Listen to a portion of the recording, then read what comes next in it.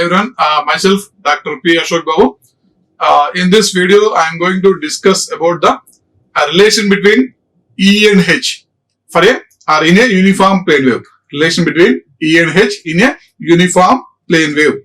So for uniform plane wave, traveling in the X direction, E and H are both independent of Y and Z, and E and H have no components of X, no X component in a particular direction. So in this case, we can express the Maxwell equations as del cross E is equal to minus dou Ez by dou x into y cap plus dou Ey by dou x into z cap. And the magnetic field equation del cross H equal to minus dou Hz by dou x into y cap plus dou Hy by dou x into z cap. So these two equations can be expressed by using this method. So here del cross H can be expressed as a unit vector ax, ay, az, dou by dou x, dou by dou y, dou by dou z, and the magnetic field components are hx, hy, hz. So here if we find the det of the matrix, so here it is ax into, first one is ax into dou hz by dou y minus dou hy by dou z minus, so here it is minus ay into dou hz by dou x minus dou hx by dou z plus az into dou hy by dou x minus dou hx by dou y. So this is a wave equation expression. So in this equation, here we need to substitute some values. So here along the z direction, we have magnetic field is 0. Therefore, dou hz by dou y equal to 0. Therefore, dou hy by dou z equal to 0. Along the y and z directions, we have the magnetic field is 0. And along x direction, we have hx equal to 0. So therefore, we need to substitute dou hz by dou y equal to 0, dou hy by dou z equal to 0, and hx equal to 0 in the previous equation. So here if you substitute dou hyz by dou y, so in this equation here dou hz by dou hz by dou y is equal to 0 and hx equal to 0, and other one is we need to substitute dou hy by dou z, dou hz by dou y, dou hy by dou z, dou hy by dou z equal to 0. So here if you substitute these three in equation, the first one is dou hz by dou y equal to 0. Dou hz by dou y equal to 0 means this will become 0. Then dou hy by dou z equal to 0. Again the second term becomes 0. Then third one is hx equal to 0.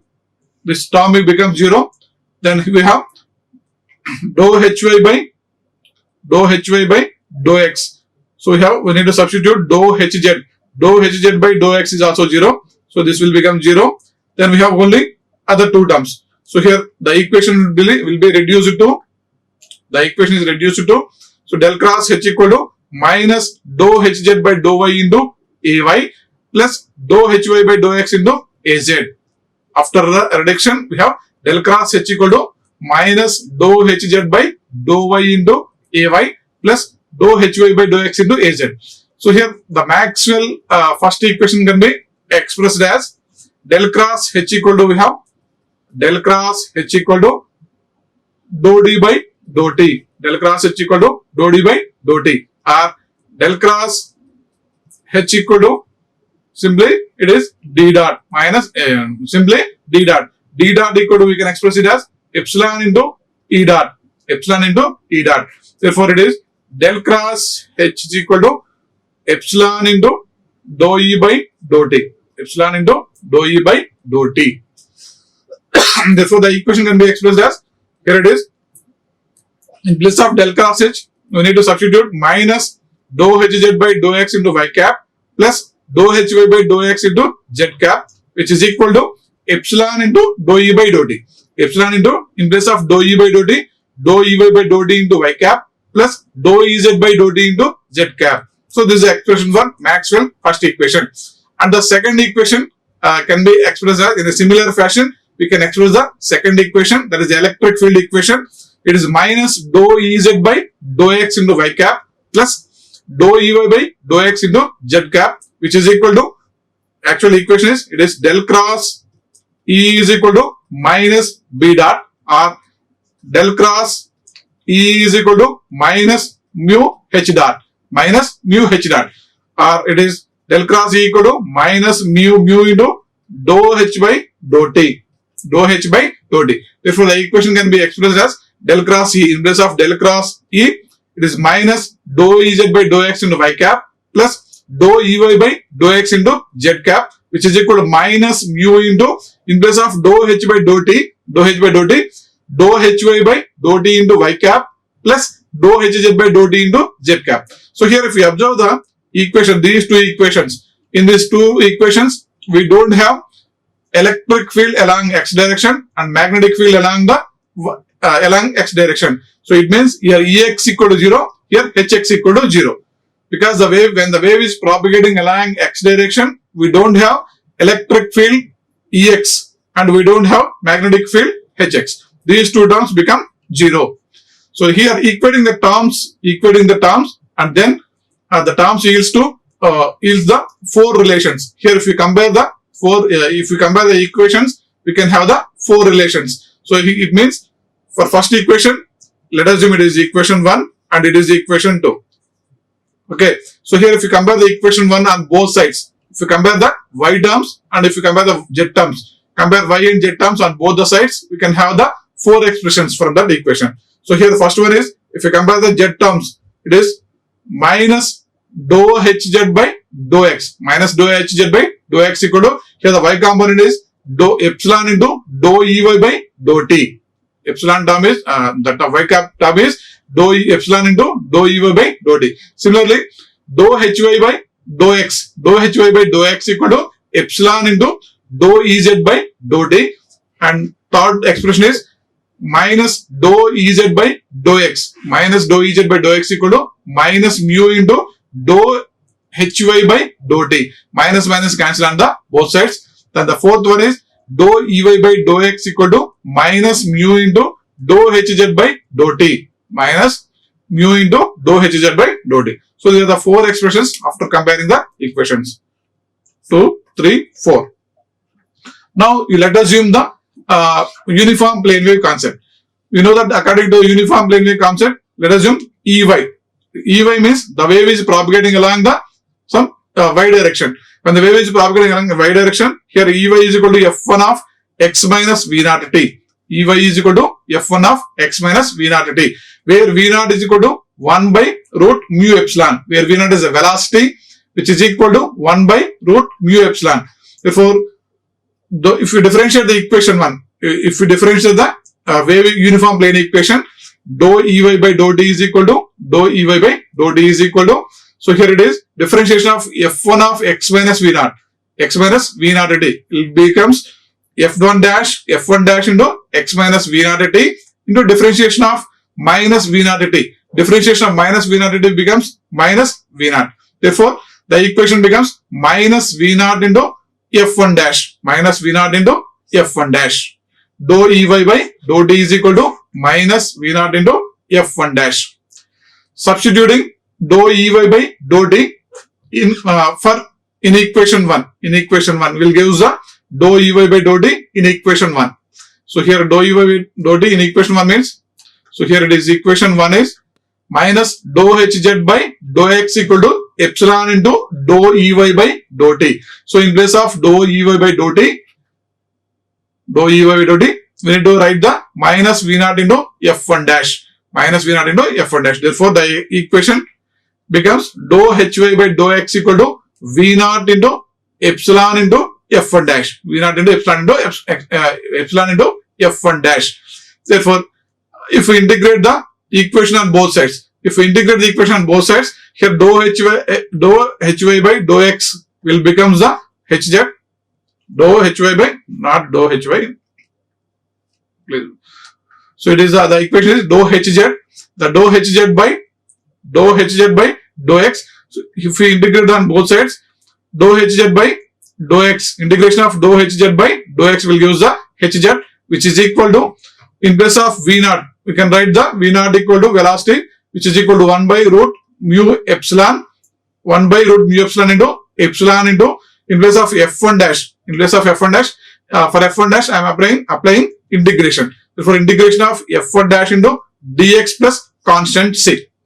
Therefore, hz equal to, so here if we cancel the epsilon and epsilon, it becomes root of epsilon by mu integral.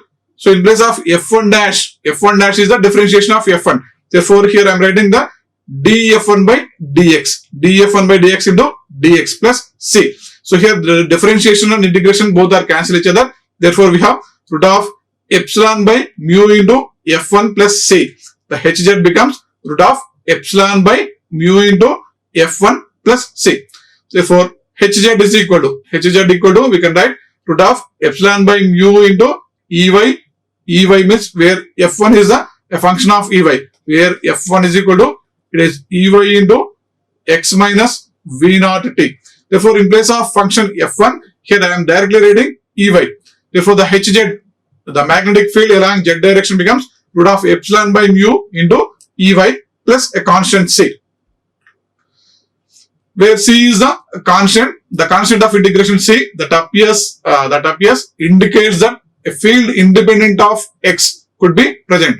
So here if we neglect the constant term c, the relation between hz and ez becomes, here we can express the hz equal to root of epsilon by mu into ey. Therefore, ey by hz equal to, we have root of mu by epsilon. Similarly, we can find the relation between ez and hy. Therefore, ez by hy equal to, we have minus mu by root of mu by epsilon.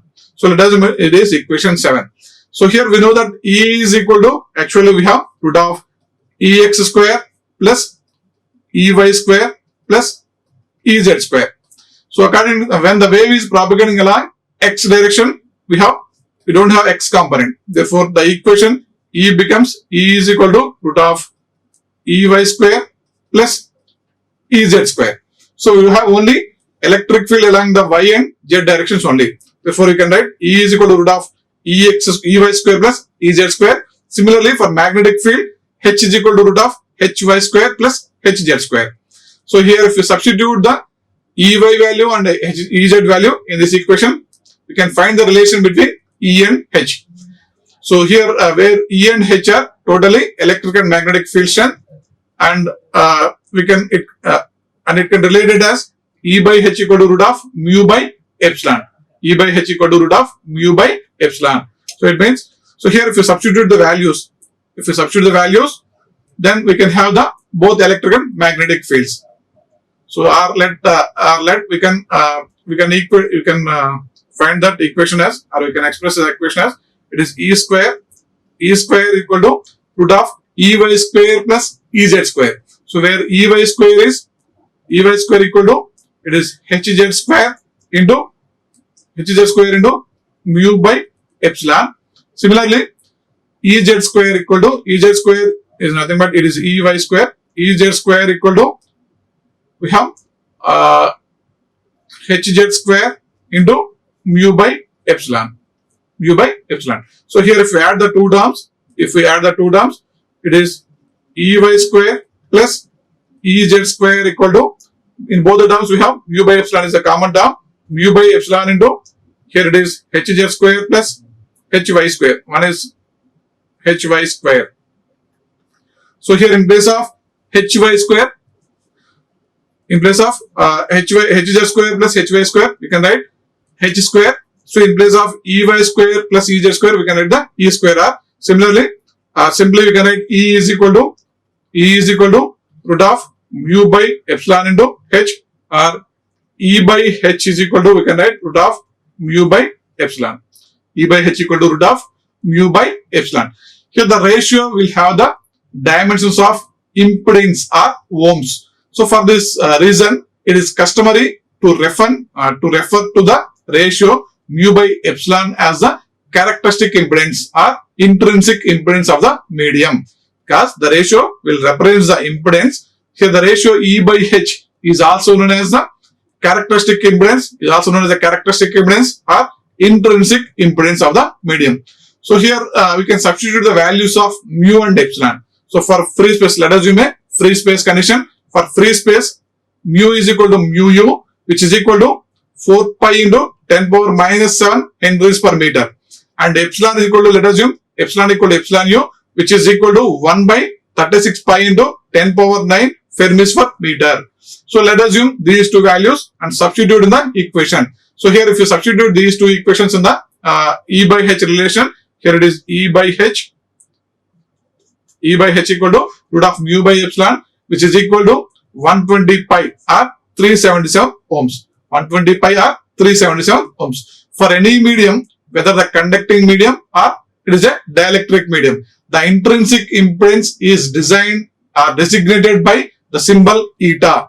The intrinsic impedance is designated with the eta, symbol eta. When the medium is free space or vacuum, the subscript V is used. Otherwise, directly we can write the eta.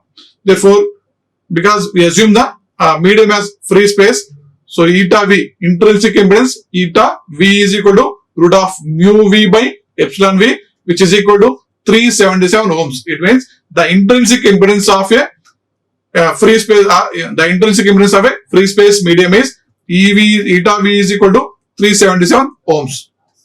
So this is a relation between electric and magnetic fields, are the relation between E and H are in a uniform plane wave. Okay, thank you. Like, share and subscribe. Hit the bell icon for more updates.